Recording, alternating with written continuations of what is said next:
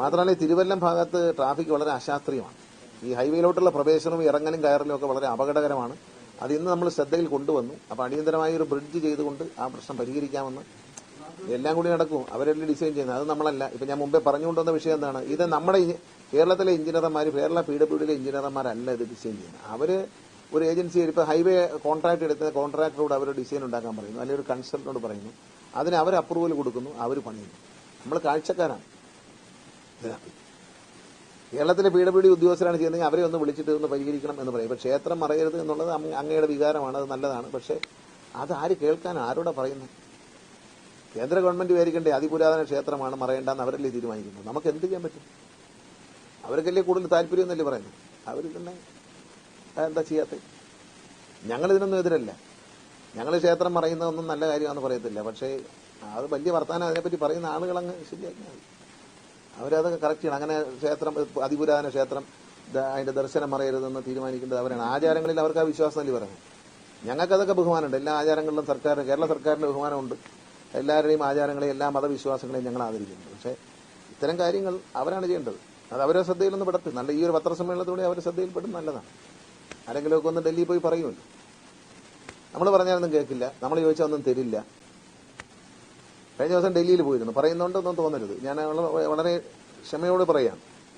നമ്മൾ ആരോപണം ഉന്നയിക്കുന്നില്ല. ഡൽഹിയിൽ പോയി ചില ആവശ്യങ്ങൾക്ക് വേണ്ടി ട്രാൻസ്പോർട്ടുമായി ബന്ധപ്പെട്ട ചില ആവശ്യങ്ങൾ, ഇപ്പൊ കേരളത്തിന്റെ കാര്യങ്ങൾ കേൾക്കാൻ പോലും, അതിലെനിക്ക് ഒരു മന്ത്രി എന്ന നിലയിൽ, ഒരു പൊതുപ്രവർത്തന എന്ന നിലയിൽ അതിയായ പ്രതിഷേധമുണ്ട്. ഒന്ന് മര്യാദയ്ക്കൊന്ന് കേൾക്കാൻ പോലും മന്ത്രിക്ക് സമയമില്ല. വലിഞ്ഞേറി ചെന്നൊന്നുമല്ല.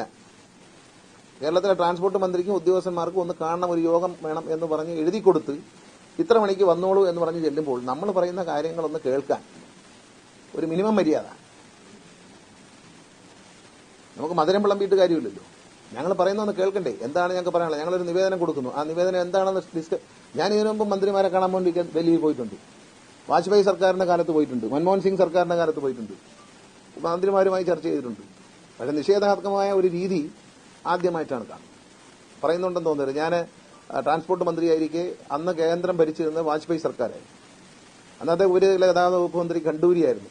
അദ്ദേഹത്തെ കാണാൻ പോകുമ്പോൾ അദ്ദേഹം വളരെ നല്ല രീതിയിലാണ് അദ്ദേഹം പെരുമാറുന്നത്. ഞാൻ തുറമുഖ ഷിപ്പിംഗ് മിനിസ്റ്ററെ കാണാൻ പോയിട്ടുണ്ട്. അദ്ദേഹം വളരെ നല്ല നിലയിൽ ചർച്ച ചെയ്തിട്ട് കാര്യങ്ങൾ ചെയ്തു തന്നിട്ടുണ്ട്. ഒരു സംസ്ഥാന കേന്ദ്ര ബന്ധത്തിന്റെ ഭാഗമാണ്. ഇപ്പം അങ്ങനെയല്ല.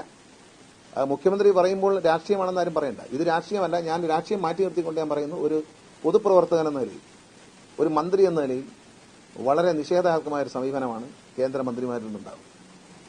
കാര്യം കേൾക്കൂ, കേട്ടിട്ട് നിഷേധിക്കൂ. കേൾക്കുന്നതിന് മുമ്പ് നിഷേധിക്കുന്നുണ്ട്. നിഷേധിക്കാൻ വേണ്ടി നേരത്തെ എഴുതി കൊടുക്കാൻ പറയും. നേരത്തെ എഴുതി കൊടുത്തേച്ചാൽ കൊണ്ട് ചെല്ലുമ്പോഴത്തേക്ക് നിഷേധിക്കാൻ റെഡിയായിട്ട് നിൽക്കുകയാണ്. നോ എന്ന് പറയാൻ. എന്നാ പിന്നെ നോ എന്നൊരു കടലാസിങ് അയച്ചാൽ പോരെ. നിങ്ങൾ ഇങ്ങോട്ട് വരേണ്ടതില്ല, നോ. അത്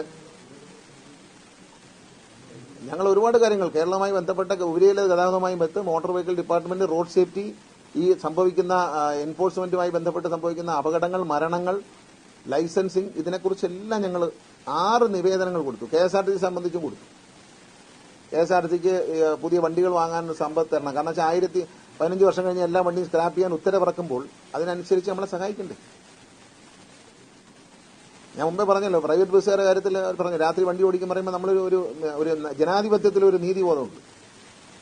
അപ്പൊ അത്തരം കാര്യങ്ങളിൽ കേരള എല്ലാ വണ്ടിയും സ്ക്രാപ്പ് ചെയ്തേരെ എന്ന് പറയുമ്പം അതിനനുസരിച്ച് എന്തെങ്കിലും സഹായം തരണം. അല്ല, നമ്മൾ ആജ്ഞാപിച്ചു മറ്റുള്ളവർ അനുസരിച്ചു കൊള്ളണം എന്ന് പറയുമ്പോൾ അതിനുള്ള സഹായം ചെയ്യാനുള്ള മര്യാദ കാണിക്കണം. അത് പറയുമ്പോൾ ഇല്ല എന്ന് പറയാം. എന്നിട്ട് എല്ലാ വണ്ടിയും സ്ക്രാപ്പ് ചെയ്തേക്കാന്ന് പറയും.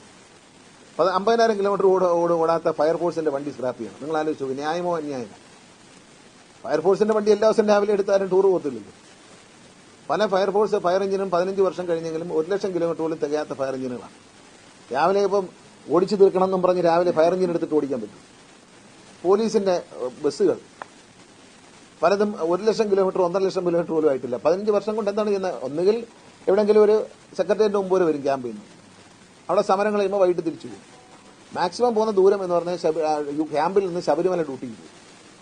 വേറെ എവിടെയാണ് ഈ പോലീസ് വണ്ടി കൊണ്ടായിരിക്കും ടൂർ പോകാറുണ്ടോ?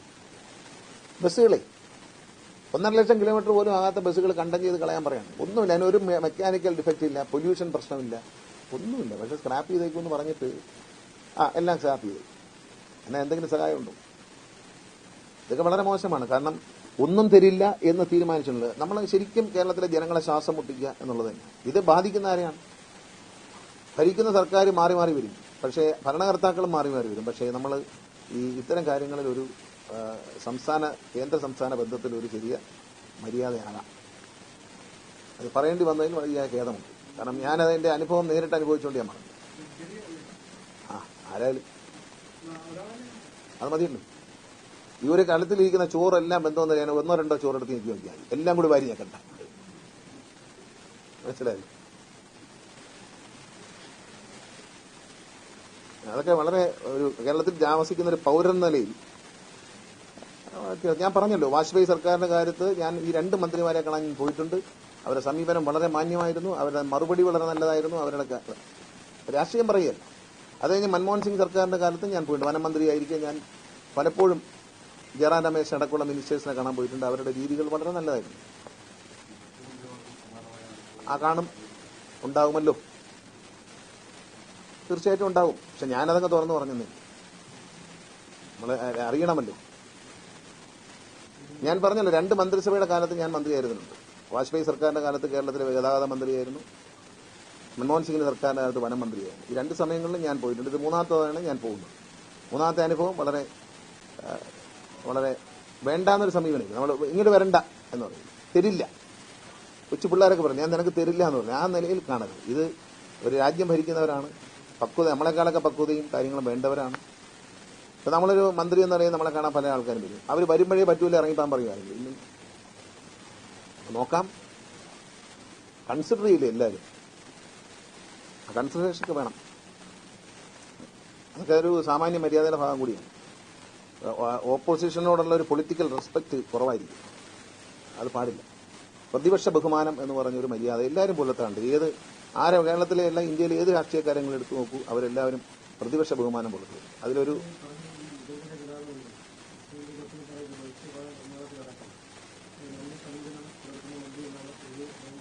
കേരള സർക്കാർ മറ്റ് സംസ്ഥാനത്തിന് കൊടുക്കണം. കേരള സർക്കാരിന്റെ ഇരട്ടി പൈസയാണ് വാങ്ങിക്കുന്നത് സ്ഥലം വാങ്ങാൻ. മറ്റ് സംസ്ഥാന സർക്കാരുകൾ കൊടുക്കുന്നതിനേക്കാൾ കൂടുതൽ പൈസയ്ക്ക് കേരളത്തെ കൊണ്ട് ബലം പ്രയോഗിച്ച് സ്ഥലമെടുപ്പിച്ച് അവർ തന്നെ സ്ഥലമെടുത്ത് റോഡ് പണിഞ്ഞു കൊടുക്കും മറ്റ് സംസ്ഥാനങ്ങൾ. ഇവിടെ നമ്മൾ നിവൃത്തിയില്ല. നമ്മളെ മുഖ്യമന്ത്രിയെ സംബന്ധിച്ച്, കേരള ഗവൺമെന്റിനെ സംബന്ധിച്ച് നല്ല റോഡുകൾ ഉണ്ടാകണം എന്ന ഒരു ദീർഘവീക്ഷണമുണ്ട്. അതിനുവേണ്ടി വലിയൊരു ത്യാഗമാണ് സഹിക്കുന്നത്. വലിയൊരു ത്യാഗം സഹിച്ചുകൊണ്ട് വളരെയധികം എക്സ്പെൻസീവ് ആയിട്ടുള്ള ഒരു ലാൻഡ് അക്വിസിഷൻ കേരള ഗവൺമെന്റ് ഏറ്റെടുത്തു എന്ന് പറയുന്നത് തന്നെ കേരളത്തിലെ ജനങ്ങൾക്ക് വേണ്ടിയിട്ടാണ്.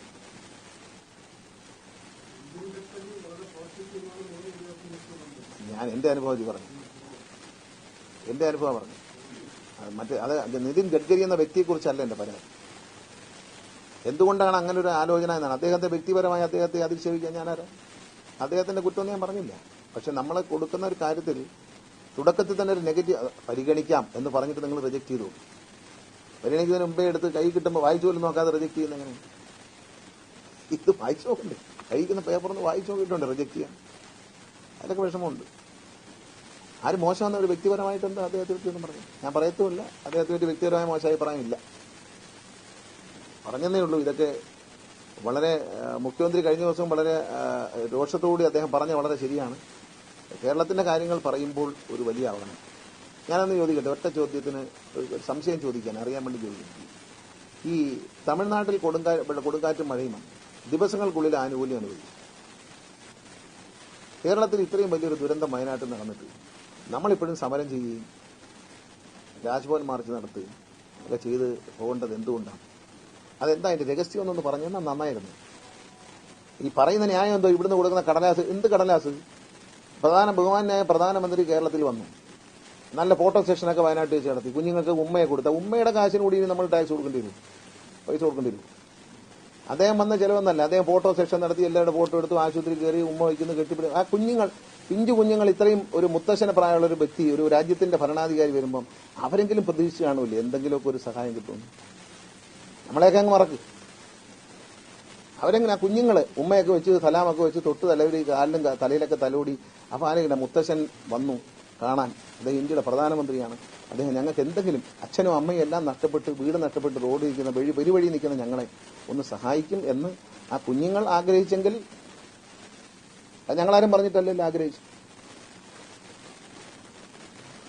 ഇനി അതിനും കൂടി വലിയൊരു തിരുവനന്തപുരം, ആ ഫോട്ടോഗ്രാഫറെ പൈസയും കൂടെ നമ്മൾ കൊടുക്കേണ്ടി വരില്ല.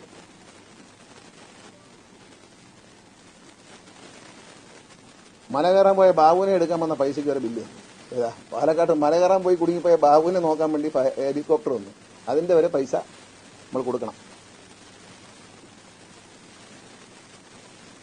ഇതൊരു ശരിയായ കാര്യമല്ല, ഫെഡറൽ സംവിധാനത്തിൽ ഇവർ ചേരുന്ന കാര്യമല്ല. അത് പറയുന്നത് കേരളത്തിന് വേണ്ടി നമ്മൾ ഒറ്റക്കെട്ടായി നിന്നുകൊണ്ട് ഇക്കാര്യത്തിൽ മാധ്യമങ്ങൾ മാത്രമല്ല എല്ലാ രാഷ്ട്രീയ പാർട്ടികളും ഒറ്റക്കെട്ടായി ഇക്കാര്യത്തിൽ. കാരണം ഇന്ന് ഞാൻ നാളെ നീ എന്നെല്ലാവരും ഓർക്കുന്നില്ല.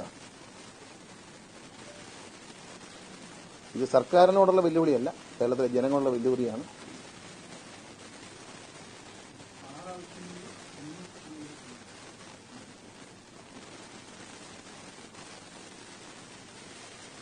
നമ്മളെ വ്യക്തിപരമായ ആവശ്യങ്ങളൊന്നും ഉണ്ടായിരുന്നില്ല.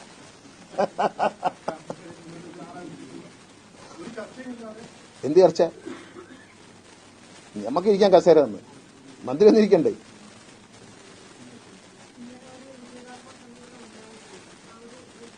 എത്രയും പെട്ടെന്ന് സ്ഥലം വിട്ടു. എന്തിന്? നിങ്ങളടുത്ത് പറഞ്ഞാൽ പോരെ? ഞാനിപ്പോൾ സ്റ്റേജിൽ പോയി പ്രസംഗിക്കാൻ പോണ്ടായിട്ടുണ്ടോ? അപ്പോൾ നിങ്ങൾ എന്നോട് പറഞ്ഞപ്പോൾ ഞാൻ എൻ്റെ ഒരു വകുപ്പുമായി ബന്ധപ്പെട്ട കാര്യമായിട്ട് ഞാൻ പറഞ്ഞു. ഞാനൊരു രാഷ്ട്രീയ പ്രവർത്തകനാണ്, പൊതുപ്രവർത്തകനാണ്, കേരളത്തിലെ ഒരു MLA ആണ്, ഒരു മന്ത്രിയാണ്. ഞാൻ പറയണ്ടേ? ഉണ്ടായിരുന്ന ഇക്കാര്യത്തിൽ മുഖ്യമന്ത്രിക്ക് അറിയാമല്ലോ.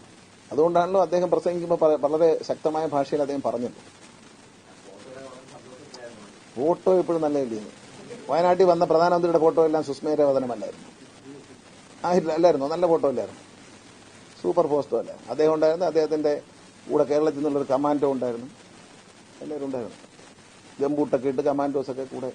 അവിടെ നിന്നുണ്ടെന്നല്ല, ഇവിടുന്ന് തന്നെ ആളെ കിട്ടിയല്ലോ. അതൊന്നും കണ്ടില്ലല്ലോ. ഈ ഫോട്ടോ വീഡിയോ നമ്മൾ കണ്ട് സന്തോഷിച്ചവരല്ലേ? സംഭവം നിങ്ങളൊക്കെ വീഡിയോ കവർ ചെയ്യുമ്പോൾ സംഭവം ത്രില്ലിംഗ് അല്ലേ? ഇത് ഹിന്ദി സിനിമയാണോ ഇംഗ്ലീഷ് പടമാണോ കാണുന്നത് സംശയം തോന്നും. അതേ ഉള്ളൂ, വേറെ പരാതിയൊന്നുമില്ല. ഉള്ള കാര്യം പറഞ്ഞൊന്നേ ഉള്ളൂ. എല്ലാവരും ഒന്ന് അറിഞ്ഞിരിക്കണം എന്താണ് കേരള സർക്കാരിനോടും. കേരള സർക്കാരിനോട് വിടും. ഇടതുപക്ഷ മുന്നണി സർക്കാരിനോട് രാഷ്ട്രീയ വിരോധം ഉണ്ടെങ്കിൽ അതല്ലല്ലോ കേരളത്തിലെ ജനങ്ങൾ. കേരളത്തിലെ ജനങ്ങളോടാണ് വെല്ലുവിളി.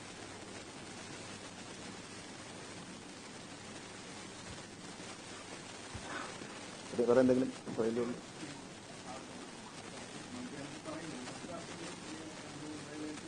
അല്ല, ഞാൻ ആരോടും ചോദിച്ചില്ല. ഞാൻ ആദ്യമായിട്ടാണ് പോകുന്നത്. ഞാൻ അങ്ങനെ ആരെയും ശല്യം ചെയ്യുന്ന ആളല്ല. ഞാനൊന്ന് സൗമ്യമായി ഒന്ന് പോയി നോക്കി. ഭാഗ്യത്തിന് ഇരിക്കാൻ കസേര. എന്തിന്? നമ്മളെ ജനങ്ങൾക്ക് വേണ്ടി. വ്യക്തിപരമായി നമുക്കൊന്നുമില്ല. നമുക്കൊന്നും വ്യക്തിപരമായ ഒരു അപമാനമല്ല, ഒന്നുമല്ല. പക്ഷെ കേരളത്തിലെ ജനങ്ങളുടെ ഒരു ആവശ്യത്തിന് വേണ്ടി ഇവിടെ കേന്ദ്ര ഗവൺമെന്റ് നൽകുന്ന അല്ലെങ്കിൽ സംസ്ഥാന ഗവൺമെന്റ് നൽകുന്ന ഓരോ പൈസയും ജനങ്ങൾക്ക് വേണ്ടിയില്ല. ഓരോ നല്ല കാര്യങ്ങളും ജനങ്ങൾക്ക് വേണ്ടിയില്ല. അതുകൊണ്ട് അതിനു വേണ്ടിയാണ് പോയത്. അല്ലാതെ ഞങ്ങൾക്ക് പേഴ്സണലി എന്തോ കാര്യം സാധിക്കാം, ഞങ്ങൾക്കൊരു കാര്യം സാധിക്കും. ഞങ്ങൾ പോയത് സത്യസന്ധമായ ഒരു കാര്യത്തിന് പോയി. അതെല്ലാവരും ഒന്ന് മുൻകൈ എടുക്കണമെന്നേ പറഞ്ഞുള്ളൂ.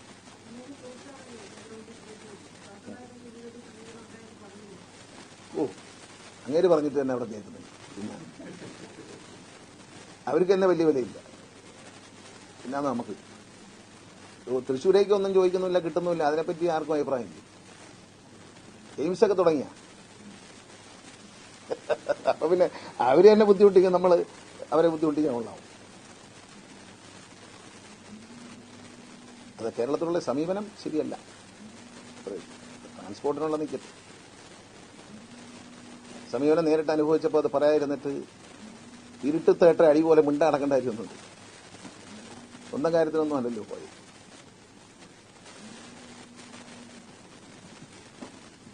വേറെ ഒന്നുമില്ല. ഓക്കെ.